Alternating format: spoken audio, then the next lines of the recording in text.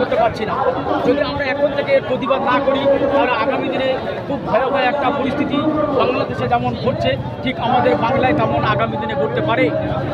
তাই আজকে আমরা হাজার হাজার লক্ষ লক্ষ মানুষ জমায়েত হচ্ছি আইএসএফ ইন্ডিয়ান সেকুলার ফ্রন্টের পক্ষ থেকে। যেমন আমরা এসেছি ক্যানিং ব্লক 1 থেকে, আমি মোহাম্মদ গোলামবাড়ি মণ্ডল। আমরা প্রায় 55-60 জন মতন মানুষ আমরা উপস্থিত হয়েছি। এইরকম বিভিন্ন প্রান্ত থেকে হাজার হাজার লক্ষ লক্ষ মানুষ উপস্থিত হচ্ছে একটাই কারণ, আজকে এই পুলিশের দ্বারা যাদের হাতে উঠলেই আমরা আগে জানতাম যে মানুষ কোনো ভুল করলে জনগণের হাতে যতক্ষণ থাকতো তারা মানে গণপিটুনি যেটাকে বলা হয়, আবার যখন সেই মানুষটাকে পুলিশের হাতে তুলে দেওয়া হয় আমরা জানি সেই মানুষটা কিছু না হলে অন্তত প্রাণে বেঁচে যাবে। কিন্তু আজকে তার সম্পূর্ণ উল্টোটা হচ্ছে। আজকে পুলিশের হেফাজতে গিয়ে মানুষ তার প্রাণ হারাচ্ছে। তাহলে আজকে আমাদের নিরাপত্তা কোথায়? তাই আজকে আমাদের প্রতিবাদ যে পুলিশ মন্ত্রী মমতা ব্যানার্জির কাছে আমাদের আবেদন যে আজকে এই যে গণহত্যা বন্ধ করতে হবে।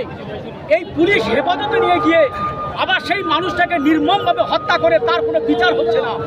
তাহলে এইভাবে কতদিন চলতে থাকবে যদি এর আমরা প্রতিবাদ না করি? আজকে আমাদের একটাই উদ্দেশ্য, বিভিন্ন প্রান্ত থেকে আমাদের আসা একটাই উদ্দেশ্য, সেটা হচ্ছে যে পুলিশ হেফাজতে গিয়ে মানুষকে নির্মমভাবে মারা হবে কেন?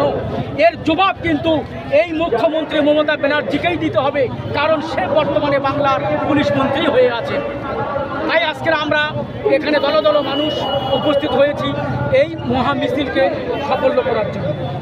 বলবেন মমতা বন্দ্যোপাধ্যায় নবান্নে চুপ করে বসে আছে, তিনি তো মুখ খুলতে পারছেন। দেখুন, যার গরু ধান খায় তার কাছে বিচার হয় না। তো আজকে আমরা তো সেই জন্য পথে নেমেছি যে আনিস খানকে মারা হলো, তার জন্য ডায়েরি করা হলো থানায়, কিন্তু থানায় তার বিচার কি হলো? আজকে যে আবু সিদ্দিককে মারা হলো ঢোলায়, তার নামে কমপ্লেন করা হলো, তার সেই বিচার হচ্ছে?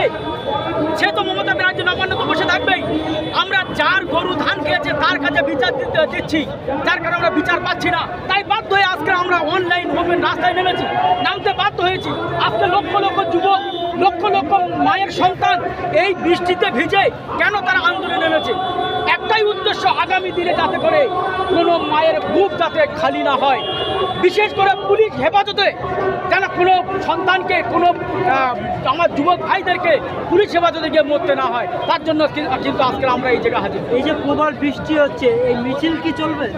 আমরা বৃষ্টিকে, এটা ওপরওয়ালার ইচ্ছা, কিন্তু আমরা এই বৃষ্টিকে উপেক্ষা করে আমরা আমাদের এই আপনার প্রতিবাদ মিছিল সাফল্যমণ্ডিত করে তুলব।